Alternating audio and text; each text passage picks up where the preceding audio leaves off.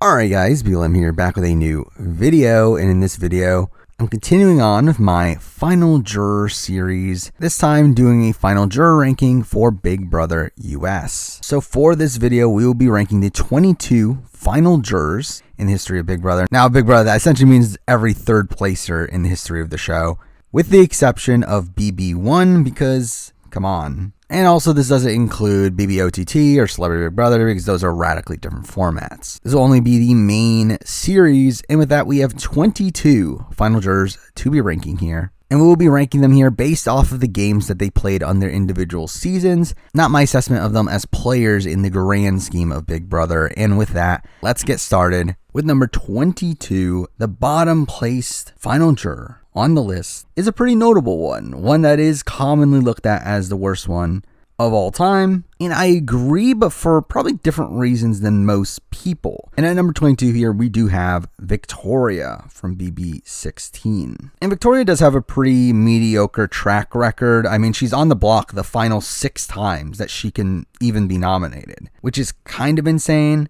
Cody ends up voting her out at the end, despite the fact that Victoria is obviously an easier beat for him than Derek, though, again, there definitely could have been a bitter jury element of this, but just naturally, I mean, the jury definitely did not have respect for Victoria.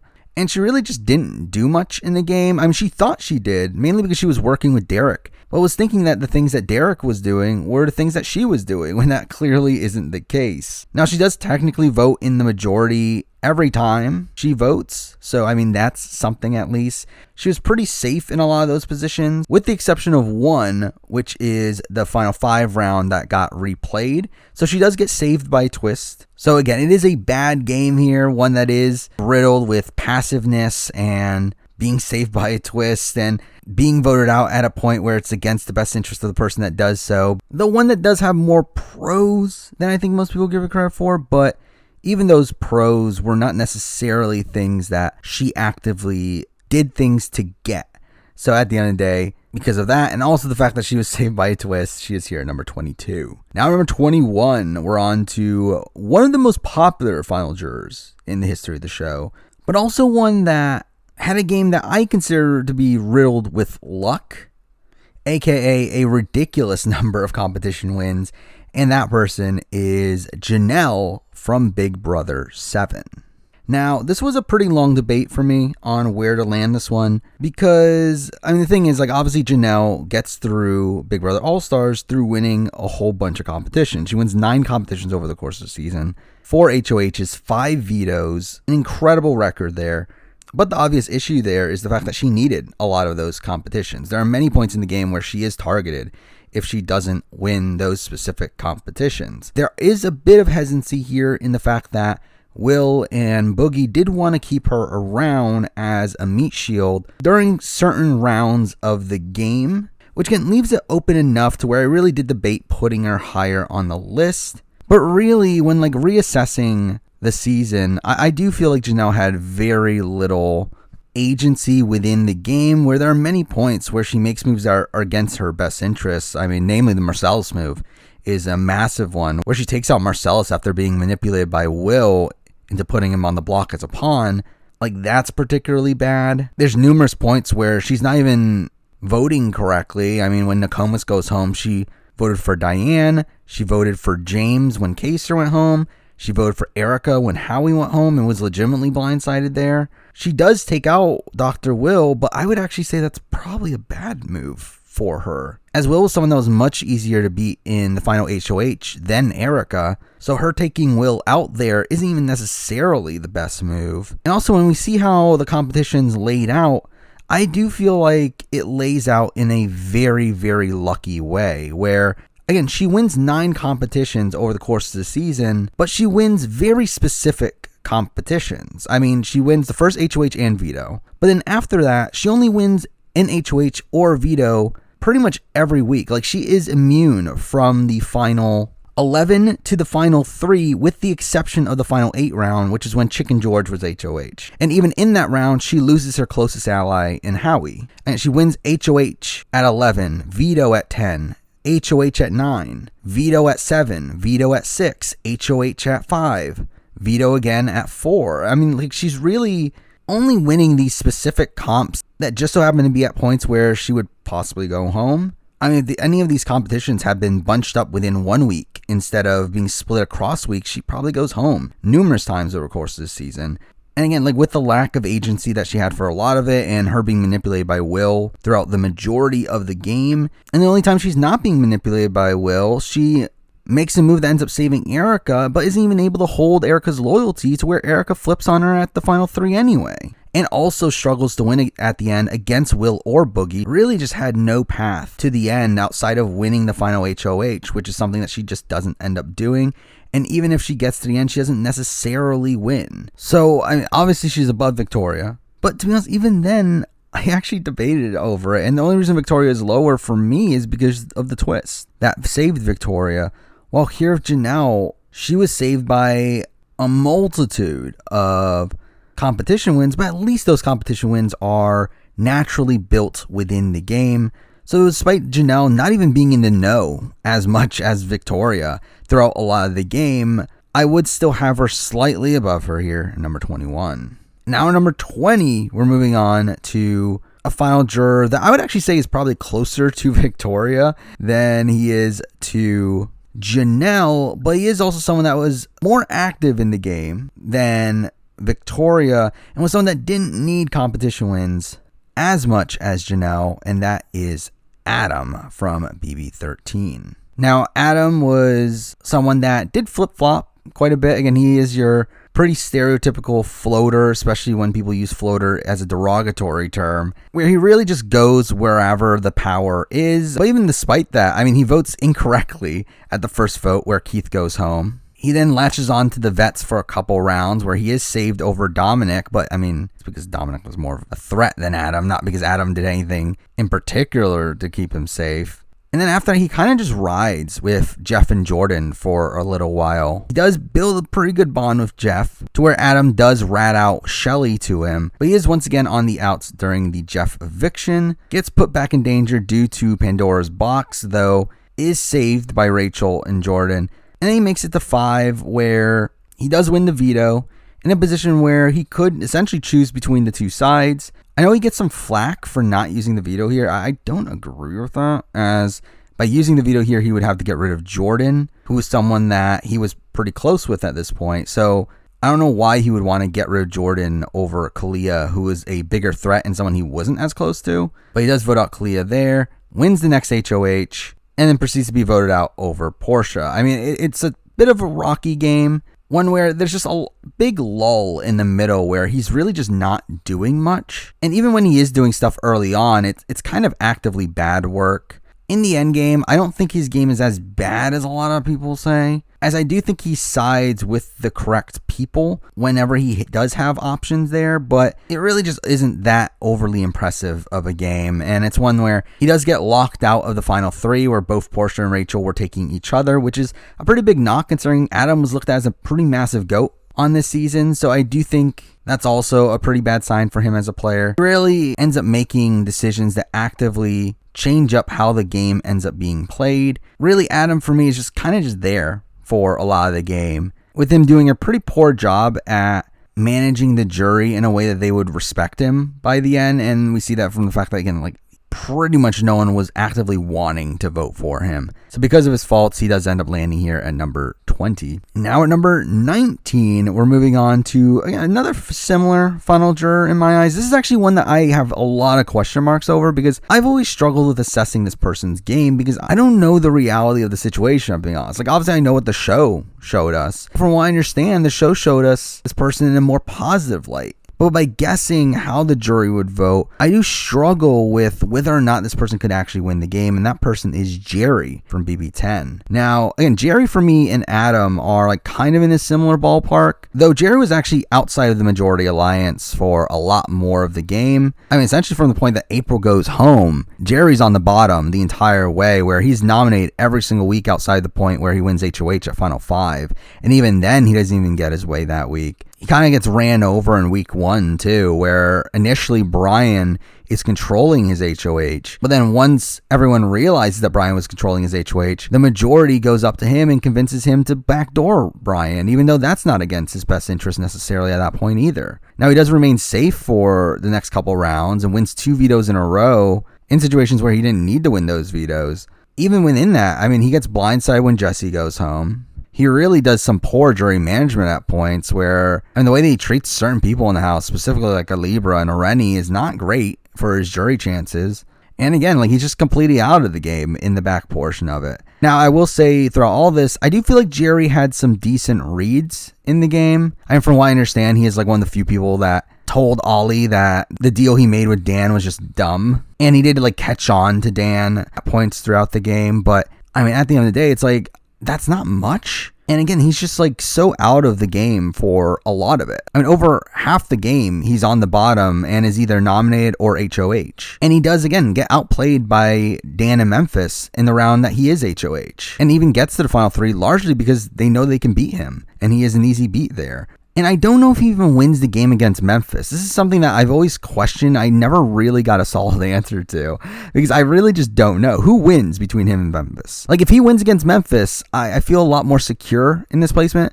But without this 2 months, I can see him moving lower. Because again, like, he's largely just a pawn throughout the majority of the game. But I feel like there's enough question marks there to where I feel okay putting him here. Again, I do feel like he is probably above Adam, where I feel like it's more likely that he wins a jury vote than Adam does, even though Adam was safer throughout more of the game. But again, like, it's a bit arbitrary at this point. I really don't know what to do with Jerry, so I just landed him here at number 19. Now, number 18, we're moving on to a very recent final juror, actually the most recent final juror, and that person is Azah. And Azah is a tough case as well, where Azah is one of these people that, on paper, didn't play that bad of a game. I mean, if we're looking at her voting record, she votes correctly every time outside of the Britney eviction, which that was a sympathy vote. Like, she's in the majority for most of the game, but that's largely due to the existence of the cookout. I do feel like if you take away the cookout, I don't know if she's necessarily in the majority alliance the entire way. Now, I do think she is more likely to make it far than certain other cookout members. Like, I feel like she probably at least gets to 6 or 7, but I don't know if she's able to make the run that she gets. And even in the run that she gets very lucky, with her making a really terrible move at 5, and gets lucky in the fact that Xavier wants to flip against Kylan at 4. And even in the position where she gets the 3, where she still has a winning scenario in going against Big D, she gets so annoyed with Big D that she decides to take Xavier instead. And that's such a terrible move for her as well. Again, like, as much as you want to hate Big D for that, you got to also knock Azah for it as well, as that is the suboptimal move and essentially a game-losing move had she had the opportunity. That being said, I do feel like Azah had better relationships in the game than most of the people we've just talked about, where Azah was close with a decent amount of the jury, while the people we've already talked about were people that, again, the jury just simply didn't respect at all. And again, Azah can at least win, where, again, I don't know if any of the people we talked about can win outside of Janelle. So, I mean, for me, Azah still did not play a particularly great game, largely due to how lucky she got in the end game and the fact that she wasn't even trying for a lot of the game, where she essentially wanted to give up the game for Xavier and Big D at a point, and really only tried again once she got to the very, very end, and even then she was going to make the wrong decision and lose the game actively. So again, pretty bad game for me. Lands here at number 18. Now, number 17 is someone that I'm actually surprised is this high, because I'll be honest, I started off this list with her at the very bottom. But then I thought about it more and more, and I was like, okay, well, she wins the game if she gets to the end. And I feel like that's at least worth something. So at number 17, we do have Monica from BB2. And the thing about Monica for me is that I don't think Monica played the game for the majority of the season. Like, I think Monica was just being Monica in a house, and it worked out for her. Like, I don't think she was actively playing the game of Big Brother. I mean, it's to the point where, like, she's left out of the initial top group, where on the Cheryl blind side, she's left out of that. She does vote out Nicole. She's in the majority for the next few rounds, but it's really because other people are making mistakes that are making themselves targeted than Monica actually doing anything right. She does get nominated next to Krista at the final 6 and doesn't go home there, though there was definitely a possibility of a flip. She does try to save Bunky at the final 5 and is unsuccessful in that. And really, it's not until the final 4 where she actually does something in the game in nominating Nicole and Hardy, which was the obvious move by that point. Again, like for me, I don't consider Monica's game to be good really at all, outside the fact that she more than likely wins if she gets to the end. That's really the main sticking point with Monica that is a massive pro for her, is that, again, like with everyone that we've talked about so far, they either never win a jury vote or very rarely win a jury vote. Maybe there's like one situation. Monica wins against almost anybody in the end, by the time of the end game. And I do feel like that is something to be commended.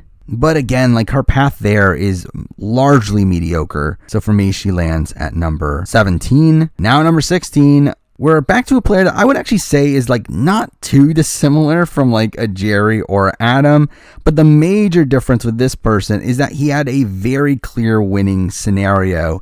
And that person is Zach from BB8. Now, Zach is someone that was a pretty terrible social player, from what I understand. Majority of the cast did not like him, and he didn't really have that much respect over the course of the season. He does become part of the Mrs. Robinson alliance very early on, but then that becomes the Minority Alliance pretty quickly, where he loses Mike, Nick, and Kale back to back to back, really all three of his allies, and he gets to the jury phase with no solid allies. Again, like he only really has Dick and Danielle, who even then aren't super solid allies. There's kind of people that are willing to talk to him, but they do end up keeping him safe for the next little bit, where they keep him safe when Jen goes home. And he does help save Dick by voting out Dustin, though again, he would have been in the minority had it not been for Eric being forced to save Dick to begin with. He is used as a pawn against Amber, which I do very much question the decision to vote out Amber over Zach. I mean, yes, I know Eric was forced to vote out Amber, but I do feel like that was a strategic fallacy there. And from that point on, he goes on a comp run. I mean, he wins HOH, takes out Jessica, wins the veto at 5, where we get a bit of a questionable move. I mean, he wins the veto at 5 in a position where he could have easily taken Danielle out of the game. In essence, splitting up Dick and Danielle, which he ends up trying to do the very next round anyway. So I do very much question why he didn't just do it here. I mean, it was a double eviction, so he didn't have much time to think about it. But I do feel like this was probably the time to do it, but he just doesn't. Because even if he does make this move, I mean, Dick is more than likely still taking Zach to the end. I mean, Dick is not taking Eric, probably not Jamaica to the end. So I do feel like Zach is still more than likely the person Dick takes to the end in a position where he beats Dick. So I do feel like that would have been the optimal move, but he just doesn't do it. He wins the next HOH and does nominate Dick and Danielle, but again, it's the final 4, so he can't really do anything about it. And then he does lose the final HOH to Dick, to where he is voted out. However, again, he is in a position to where he wins the game if he wins final HOH. If he wins final HOH, takes Dick, he wins the game. Takes Danielle, he wins the game. I mean, like, he is literally in a winning position if he just wins that final HOH. Again, at the end of the day, his game is largely mediocre, but I do feel like he was actively playing the game more so than someone like a Monica. I think he was playing to win more so than Azah. And he has more blatant winning scenarios than Jerry, Adam, or Victoria. So I did feel like number 16 was a decent spot for Zach here. Now number 15, we're moving on to the second game from the only 2-time final juror. And here at number 15, we do have Janelle's game from BB6. And to be honest, I consider Janelle's game from BB6 also to be kind of mediocre. However, the main reason why she is as high as she is here is because she at least had allies. She had an alliance that was relatively loyal to each other. I mean, she did have the Sovereign Six. I mean, her, Kaser, Howie, and Rachel were pretty loyal to it. Again, they did turn on James, and that is a massive misstep. That did cost them the game. But she at least had allies, and allies that actually did want to work with her and take her further into the game, which is kind of tough to say about any of the people that we've talked about so far outside of Azah. And again, with Azah, it was more so due to the existence of the cookout and her kind of being dragged at the very end. While again, like, Janelle was a major force within the Minority Alliance and was able to scrape by to a point where she almost wins out at the end. A major problem for me, though, is the fact that, one, she was very much disliked by the opposite side. And the more importantly is the fact that she doesn't win the game, even if she gets to the end. She has no winning scenario on this season, largely due to the mistake that was made when James was targeted by Howie, which set up the jury in a way that disfavored the sovereigns. And again, it literally is no winning scenario for Janelle by the time of the Final Four, where no one was taking her to the end. Maggie, Yvette, and April were all taking each other, and she literally loses the game against all of them because the majority of the jury are former friendship members. So that is a major knock for me. But again, she at least had an alliance that did pull off a move. They do get rid of Eric, a pretty massive move there. I mean, she does chip away at the majority alliance here and there, but for me, it's not really enough to put her too highly when she can't even win the game. So because of that, she's here at number 15. Now we're number 14, a game that's not too dissimilar from Janelle's to me, except for the fact that he could have won the game, and that is from BB4. We do have Robert, who again is another person that was in a minority alliance that was pretty loyal to each other. I mean, he did have an alliance with G and Justin, the Three Stooges, and they did also have subsidiary alliances with people like June and Dana that did allow them to get the numbers in taking out David. But I mean, outside of that, again, it's largely mediocre. I mean, he's on the outs when Michelle goes home. He's on the outs when Jack goes home. He's really kept around the longest of his alliance just due to the fact that he is the weakest player of the bunch, and really only even gets to 3 due to him winning Final Four HOH, where he was the clear target there, and even then doesn't even get his way on that round, and is proceeded to be blocked out of Final 3, where both June and Allison are taking each other to the end. Again, it is a mostly bad game. The only difference here between him and Janelle to me is the fact that, again, he does win if he gets to the end against Allison. And even against June, there definitely is a big possibility. Because coming into the jury, he does have 3 locked-in jury votes in Dana, Justin, and G. And against Allison, I definitely think he gets that one more for sure. And he definitely had winning scenarios, and that's enough for me to put him one spot higher than Janelle, here at number 14. Now, number 13, we're on to another player that I've always had time assessing because I've never fully understood what their winning chances were. But at number 13, I do have Sheila from BB9. Now, Sheila is a player that has some really terrible social play, particularly early on in the season, where she's kind of on the outskirts of the majority, where her and Allison are very close and kind of just seems to be taken through due to other people making more blatant mistakes. But even then, I mean, I think Sheila and Adam don't particularly play that early game that well. I mean, the entire lie about being a lesbian couple with Allison is asinine and really terrible, both from a personal standpoint and also from a gameplay standpoint. I mean, you could give her credit for the James boot the first time around, where she is a major force there, where she is going around and campaigning against him. But at the same time, then I feel like a lot of that was her doing it based off of emotion because she was upset at Chelsea, not because she was actually thinking it was good for her game. But after the Maddie vote, she is actually in the majority alliance for the next few rounds. The problem I have with Sheila, though, is I feel like she was on the bottom of the majority alliance, where, yeah, they take out Chelsea, Joshua, and James all back to back to back, and she was part of Team Christ with Adam, Ryan, and Natalie. But I always felt like Adam, Ryan, and Natalie were a lot closer in the game than they were to her. And she largely gets kept around due to the fact that she is such a non-threat and someone that's easy to beat at the end. And we explicitly see that at the Final Four, where Adam and Ryan agreed to vote out Sharon because they know they can beat Sheila in the final 3, and they proceed to do so. Now, again, a major question mark for me is how likely it is that Sheila wins the game. Like, I feel like she probably wins against Ryan, but I do feel like she loses against Adam, who is the person that she was planning on taking to the end. So I feel like that's a knock against her as well. I just feel like, yes, she did make moves at points, but I feel like a lot of those were dictated by emotion. She was in the majority at points, but I always felt like she was at the bottom of the majority. And I also feel like she was playing against her own best interest towards the end of the game. So really, every pro of her game comes with a con. And for me, it kind of evens out to her being here at number 13.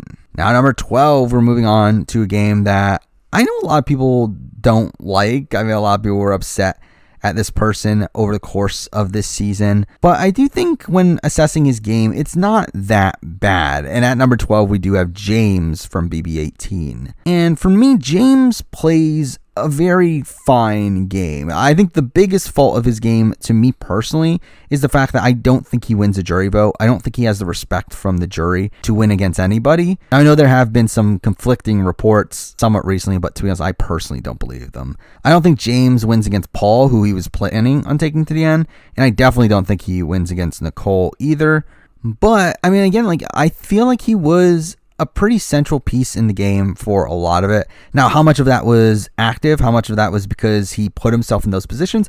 Very little, but still being in those positions is still good enough for me in terms of this current placement. Again, right off the bat, he does have the vets around and he is part of the majority alliance there. They vote out Jose, vote out Victor, doesn't vote out Bronte, but is a part of that plan at least, votes out Tiffany.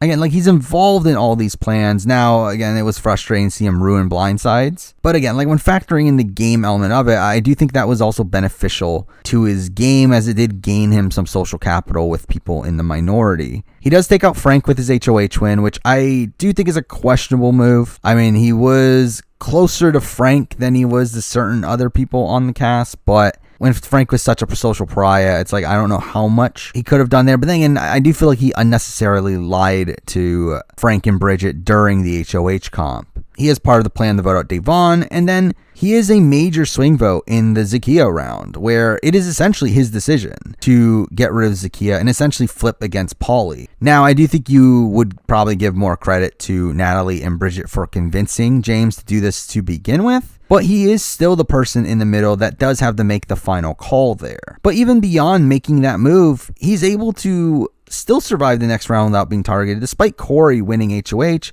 and proceeds to take out Pauly the very next round anyway. He is a swing vote once again during Victor's second eviction, where I do think he in particular plays in his best interest, considering he did have a pretty good relationship with both Nicole and Corey, and keeping them around over Victor and Paul, who were much bigger threats to him, was the optimal move at the time. Though when Victor comes back into game, he does end up getting outplayed by Nicole and Corey, who do pick up Paul and Victor and end up taking out Michelle and Natalie back-to-back, two of his closest allies. But beyond that, he's essentially all but guaranteed final three at that point. And at the final five, he's essentially in the middle of the two sides and is really safe there, though again, not really through the actions of his own, and really against his own actions, considering he just lost his two closest allies. He then votes out Corey at the final four, which I do think is a questionable move, considering he was very close to Corey. I mean, for him personally, he definitely should have gone for Nicole, as Corey was more likely to take him to the end. But, I mean, he was pretty much being told to do so by Paul at that point, so that is pretty passive play.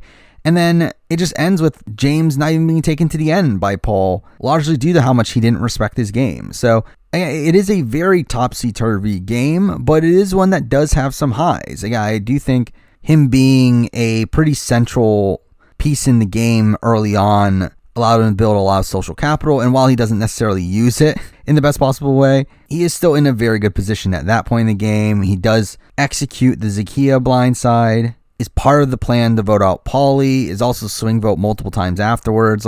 I do think his game is fine. It's not great, mainly because he kind of just lucks into good positions, but I don't think it's as bad as many other people claim it to be, so he is here at number 12. Now we're number 11. We're moving on to a more recent final juror. We're moving on to BB21. Here we do have Nicole Anthony, and Nicole Anthony has a bit of a strange game to assess. I do think early on in the game, she was in a decent spot, but definitely outside of the majority alliance. I mean, her closest allies go out back to back in Ovi and Kemi to the point where she's really left with Cliff. And we get to the third round of the game where she gets backdoored and is assuming that she's going home, but gets saved. Again, on paper, incredible that she survives a backdoor, but it's also her surviving a backdoor despite the fact that she didn't know that she was surviving a backdoor. And she does get greatly benefited by Cliff returning to the game. That gives her an extra number and really just proceeds to ride the wave moving forward, where her and Cliff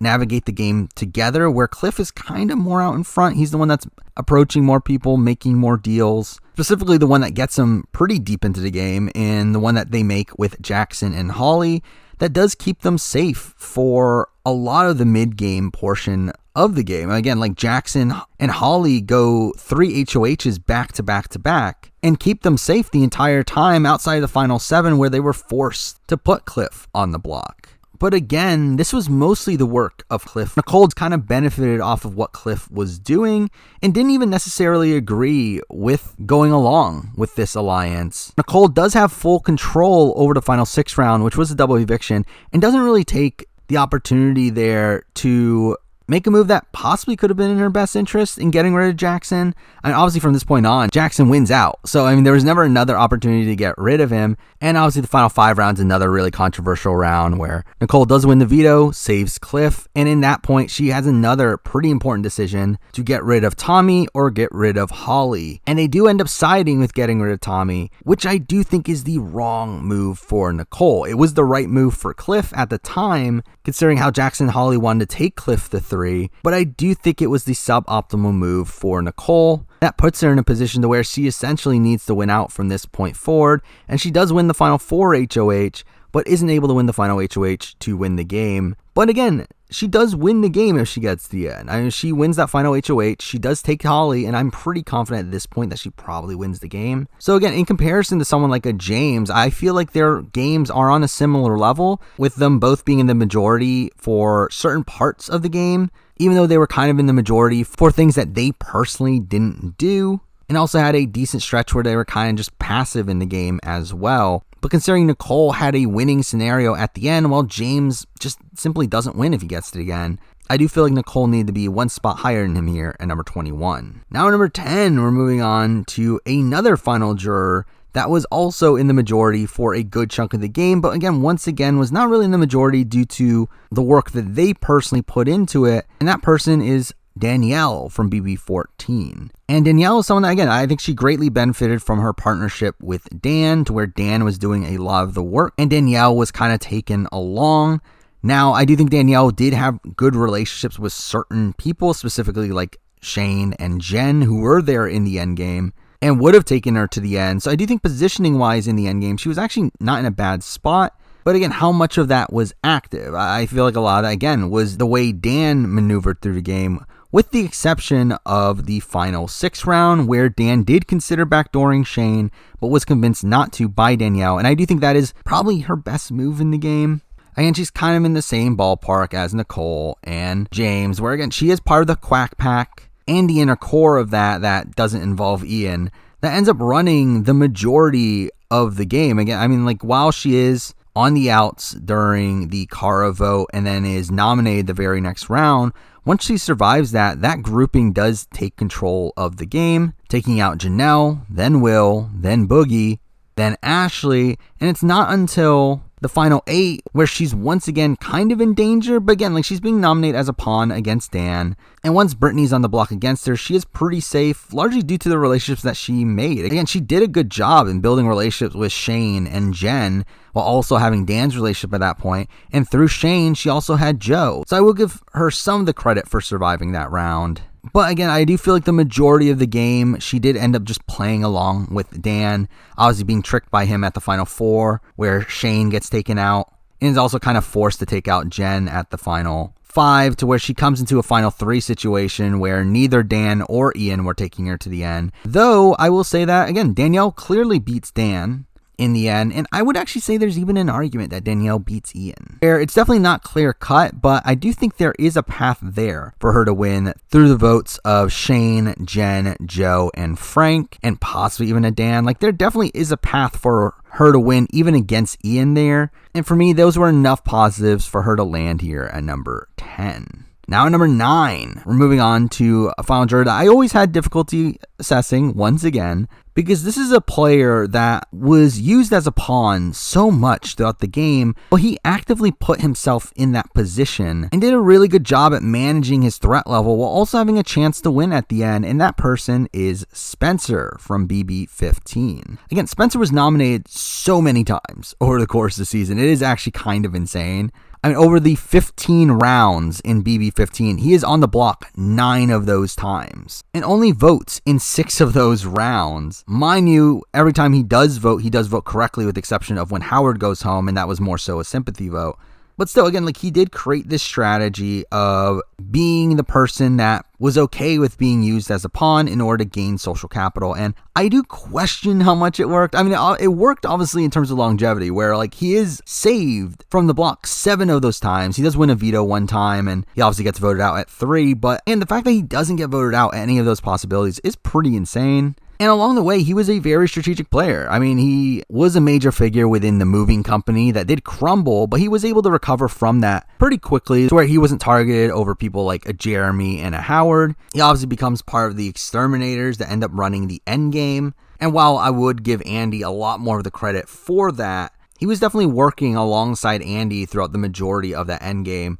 A major question mark for me comes from the final 3. I do question, does he take Gina Marie to the end? Because obviously, like, he loses against Andy. But if he does take Gina Marie to the end, I do think he wins with the same votes that Andy got. He did have a winning scenario. I'm just a bit unsure of whether or not he takes it. But for me, I just feel like Spencer was one of these people that, like, even though he was on the block so much over the course of the season, I do feel like he was more active in the game than the last few people we've talked about. I do feel like he was a lot more calculated in the game that he played than the majority of people that we just talked about that were kind of like lucked into good positions, while I feel like Spencer recognized how to manage his threat level throughout the game and was able to do so effectively, and also did have good alliances, a decent amount of power when the exterminators took over the game, and was able to recover from the destruction of the moving company. So for me, Spencer ends up landing here at number 9. Now number 8, and at number 8 here, we're finally getting to some decent final jurors, even though I think a lot of people would disagree with this one, and probably the next one as well. But I do feel like from this point forward, these are all final jurors that I do think had a decent amount of influence in the game. And at number 8 here, we do have, from BB19, we do have Christmas. Now again, I know when everyone looks at Christmas's game, they do assess it as, oh, Paul just ran the show and dragged Christmas along. I don't necessarily agree with that, especially for the majority of the game. I do think at the very end of the game, I do think Christmas kind of gives up. And specifically at the final 3, she explicitly gives up and tells Josh to not take her.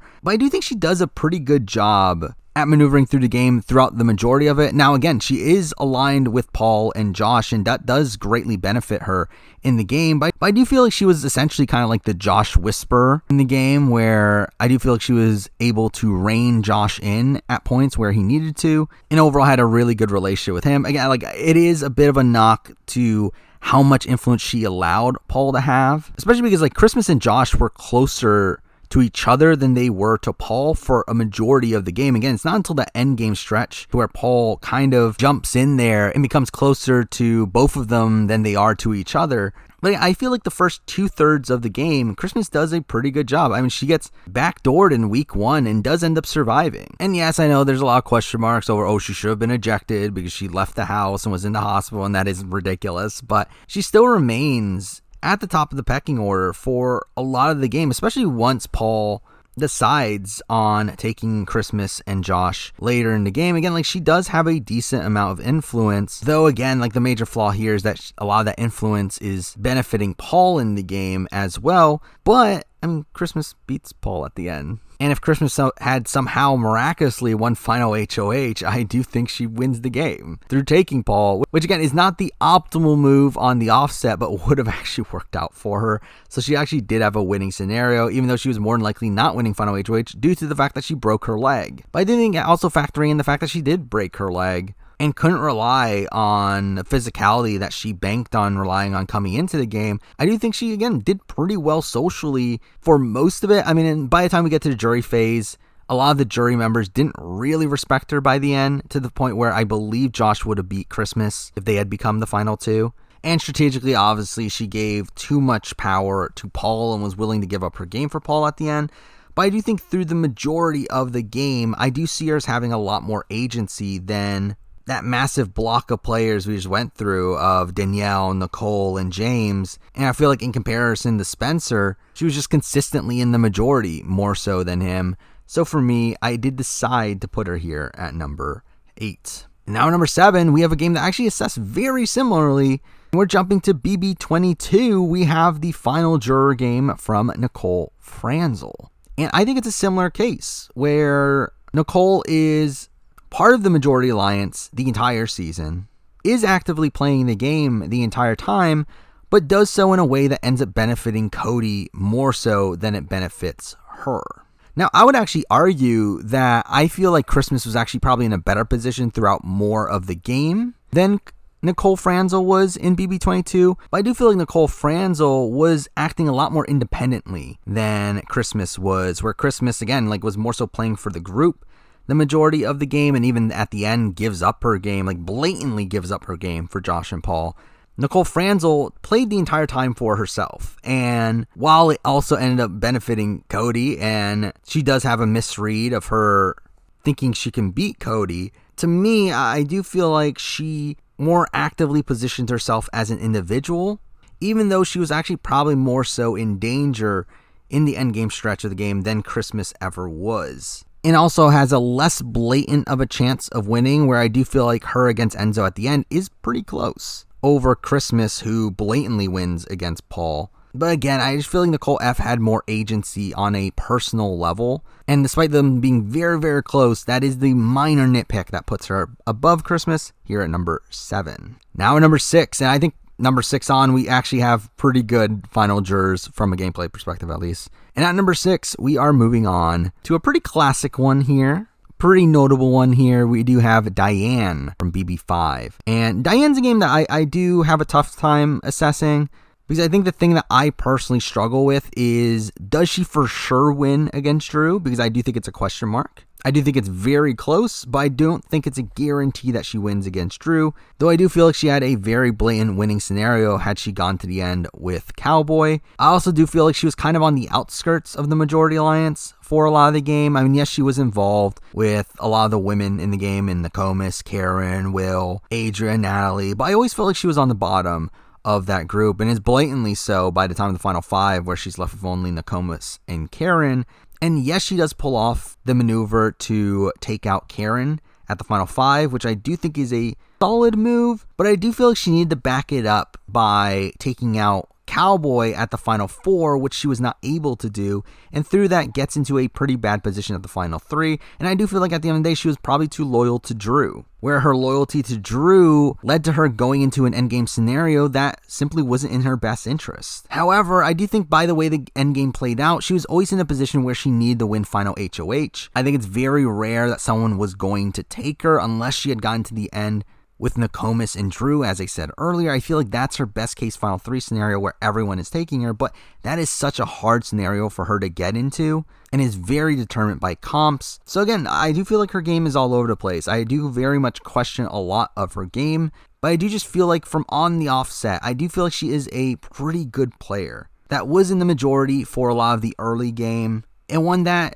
did attempt to flip things once she noticed she wasn't in the majority. But again, was too loyal to Drew at the end of the game. That did cost her the game, but I do still have her pretty highly ranked here at number 6. Now at number 5, we're moving on to a similar game that has a similar level of rockiness, but still a very strong game, and that is the game from BB11, and that is the game of Kevin Campbell. And to me, Kevin's game is not too dissimilar from Diane. I mean, obviously, he didn't have a Drew, but I feel like positioning-wise early on in the game, he was on the bottom of the majority alliance, but did remain in the majority throughout a lot of it.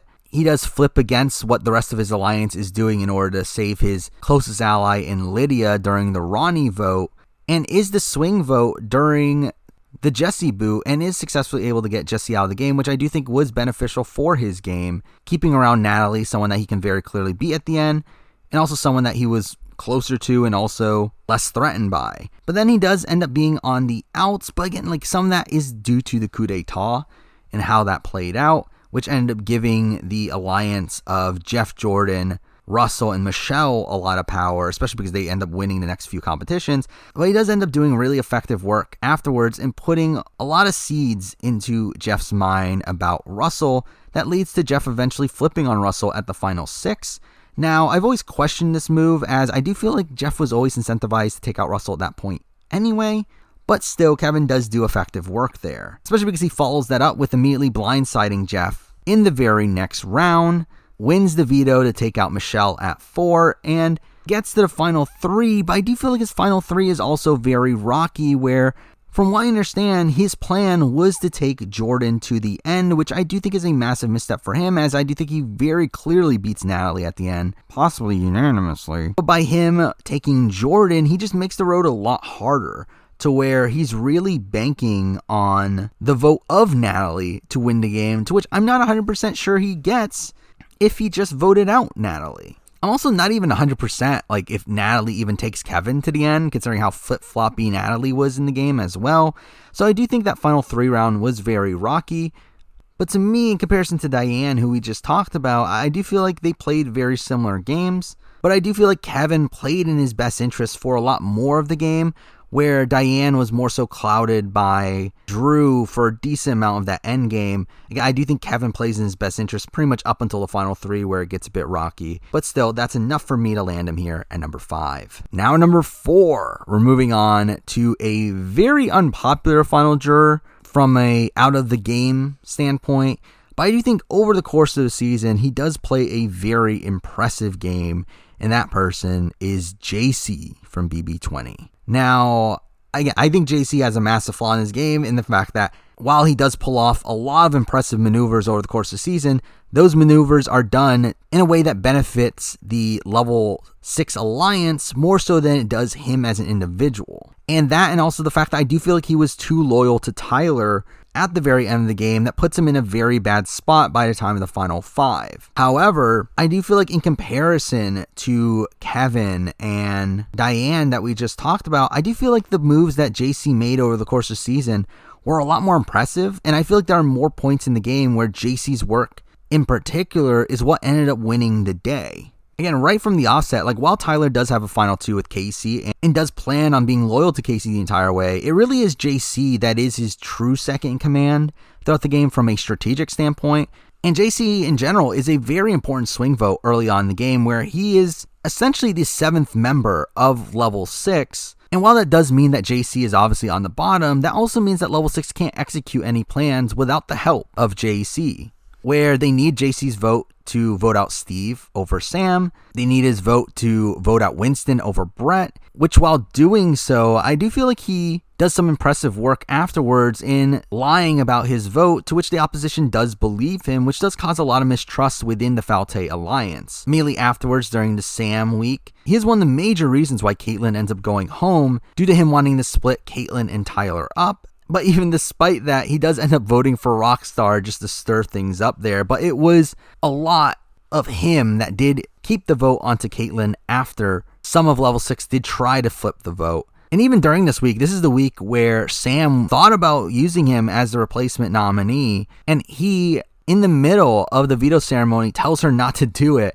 and she just decides to not do it out of nowhere, which I do think is a bit of an innovative move that we don't see too often, that I did also like from him. Again, JC is an integral vote during the Rachel blindside, kind of rides the wave with level 6 through the Bailey and Rockstar vote outs, but is again very integral during the Fessy HOH, where it is through his relationship with Fessy that they are able to manipulate him into nominating Scotty, that ends up with Fessy sending out one of his only allies in the game. However, from that point forward, he is left in a kind of mediocre position. Again, he is one of these players that is very effective in what he is doing. It's just what he is doing is not necessarily in his best interest all the time, though he does build a pretty strong alliance with Brett at that point, to where he assumed that Tyler was going to end up siding with him, though he is obviously wrong when Tyler ends up blindsiding Brett, and then JC's in a bad position from that point forward, where he is on the block against Sam at the final 5, has the win final 4 HOH, and is proceeded to be voted out anyway at the final 3. However, despite all this, he still wins the game if he gets to the end. He wins against both Casey and Tyler at the end, to where the jury perceived JC as the mastermind, largely due to all the blatant manipulation that he displayed throughout the season. And I do think that is something you have to credit him for, as well as how he presented his game to the jury. Overall, I feel like JC did play a very strong game, though again was one that was acting against his best interest at points, to where his road to the end was very, very difficult, and he needed to win that final HOH, which he just more than likely wasn't going to do, especially against Casey and Tyler. So because of that, he does land here at number 4. Now number 3, we're moving on to a final juror that was in an extremely dominant alliance for a lot of the game, though I do question how much influence he had within that alliance. That does make it a bit tough to really rank him, but at number 3, we do have Enzo, the creator of the brigade. Emphasis on creator, not mastermind, as he likes to claim, in the fact that, again, he did create the brigade alliance. He did get the people together. He got Hayden, Lane, and Matt into a room and made an alliance on the spot. However, when he also claims that he was the mastermind of the group, I do feel like that is a step too far, as it was Matt Hoffman that really executed the strategy that the brigade ended up executing, that I do think Enzo tries to take credit for, which is even more humorous when you take into consideration that he didn't even have a duo on his own anyway. I mean, yeah, he did have good relationships with a lot of the house, and towards the end of the game, he was able to pretty much pick up Brendan, but again, definitely not the mastermind of the brigade as he claims, but he was still part of the brigade, an alliance that outright dominated the game, and along with Hayden did execute the Matt blindside, which, I mean, I think you do give more credit to Hayden, considering Hayden benefited more so from that move than Enzo, but still, I mean, Enzo still was a part of it. And again, the brigade pretty much steamrolled. I mean, they really had very little difficulty along the way. Enzo was not even really in danger in any scenario until the final 5, where he's only in danger if Reagan wins veto, but he wins the veto himself there. At final 4, he could have potentially been in danger if Lane or Brittany had one veto, but is saved once again there. And then at the end, he is voted out by Hayden, which I do think is a knock against his game, that his closest ally throughout the entire game does end up voting him out at the end. And also, from what I understand, Enzo was not in a position to win the game, that the jury did respect both Hayden and Lane more so than Enzo. But again, in comparison to the rest of the field, the rest of the other final jurors, I mean, Enzo was in the majority the entire way through, which cannot be said about most of the other final jurors. I mean, the only ones that I feel like that can be said for are people like Nicole F. and Christmas. But I feel like with both of them, they played against their best interest at certain points in the game, while I feel like Enzo always made the optimal move. It's just that he wasn't able to get Hayden to take him at the very end. I do feel like every move before that was the correct move for him. So again, because of that and the fact that he was in the dominant alliance and was pretty much never in danger until the very, very end of the game, and that was even under not super likely scenarios, I do have Enzo here at number 3. Now number 2, and for me the top 2 for this list were very easy. I think these were very blatantly the top 2. However, the order is a bit different than what I have on my player ranking. On my player ranking, these two players are the opposite, but I think in terms of the games that they played on their individual seasons, at number 2, I do have Vanessa Russo, who again, I think Vanessa played an incredible game. I think she is one of the best players to never win the game and really dominate BB17 from a strategic standpoint and wins the game at the end against pretty much anybody. The main reason though she is number 2 is because there are certain points in the game where she was in a lot of danger, and she actually had to comp her way through certain points in the game. But specifically, there was a point where Austin considered backdooring her. She ends up winning the veto during that round. She wins veto at the final 4 in a position where she 100% goes home. She obviously doesn't secure Steve well enough to where he takes her to the very end. So again, there are holes in her game here and there, but I mean, she does play an incredible game for the most part. I mean, despite coming off of a rocky start where she's not really in the majority alliance, she does flip the power structure pretty quickly, where she does build her alliance with Shelly and Clay, also has an alliance with Austin and Liz, also builds an alliance with Steve, and is able to pretty much take control of the game by week 2, uses both of her early HOHs pretty optimally in the fact that she takes out Jeff, one of the major leaders of the opposition, in her first HOH, and then proceeds that by getting rid of Jason, the next leader of the minority alliance at that point, all while getting full strategic credit for those moves, but also not becoming the instant target in the very next round, where James still goes after Clay and Shelly over her. Now, she does get backdoored during the Becky HOH, but ends up surviving that, which is pretty incredible. I mean, I do also credit a lot of that to how Shelly was already perceived at that point, where for people like Meg and James and Jackie, it probably was in their best interest to take out Shelly. But I mean, still, pretty good for her to survive a backdoor there, especially because she's already looked at as such a major threat by that point in the game. She obviously tricks Julia into going after Austin at the final 6, which allows her to remain safe there in a position where she potentially goes home had Julia won the veto there and taken Liz off the block. And obviously blindsides Austin in a position where that was a pretty strong move for her. And really her only move at that point. I mean, again, when it's between Austin and Steve, she is kind of forced to go with Austin. I do think her optimal move is to get rid of John at that point. But again, John won veto. So again, it kind of forced her hand. But she does pull off that blindside. And again, gets full strategic credit for that as well. I mean, again, I think Vanessa plays a pretty great game on BB17, but it is one with more holes than the next person we'll be talking about. And that is the reason why Vanessa is here at number 2. Now, number 1, the best final juror, or at least final juror game in the history of Big Brother, to me, is Jason Guy from BB3. And Jason just plays an outright dominant game, along with Danielle, where their secret alliance pretty much runs the game the entire way through. Now, they are outside of the majority vote on the first round, where Lori goes home, but after that, they hold a lot of power. And Jason, in particular, votes correctly the rest of the way through. Again, obviously navigating through the game with Danielle without ever being suspected as an alliance, pretty much taking out people all at the correct times. He obviously executes the Marcellus blindside, and he does win the game at the end against Danielle, which was the most likely final 2, considering both Jason and Danielle were taking each other to the end by the final 3. However, within all of this, there is one major knock for me against Jason's game, and that is the fact that he votes out Amy over Lisa, which to me is a completely asinine move. It is terrible.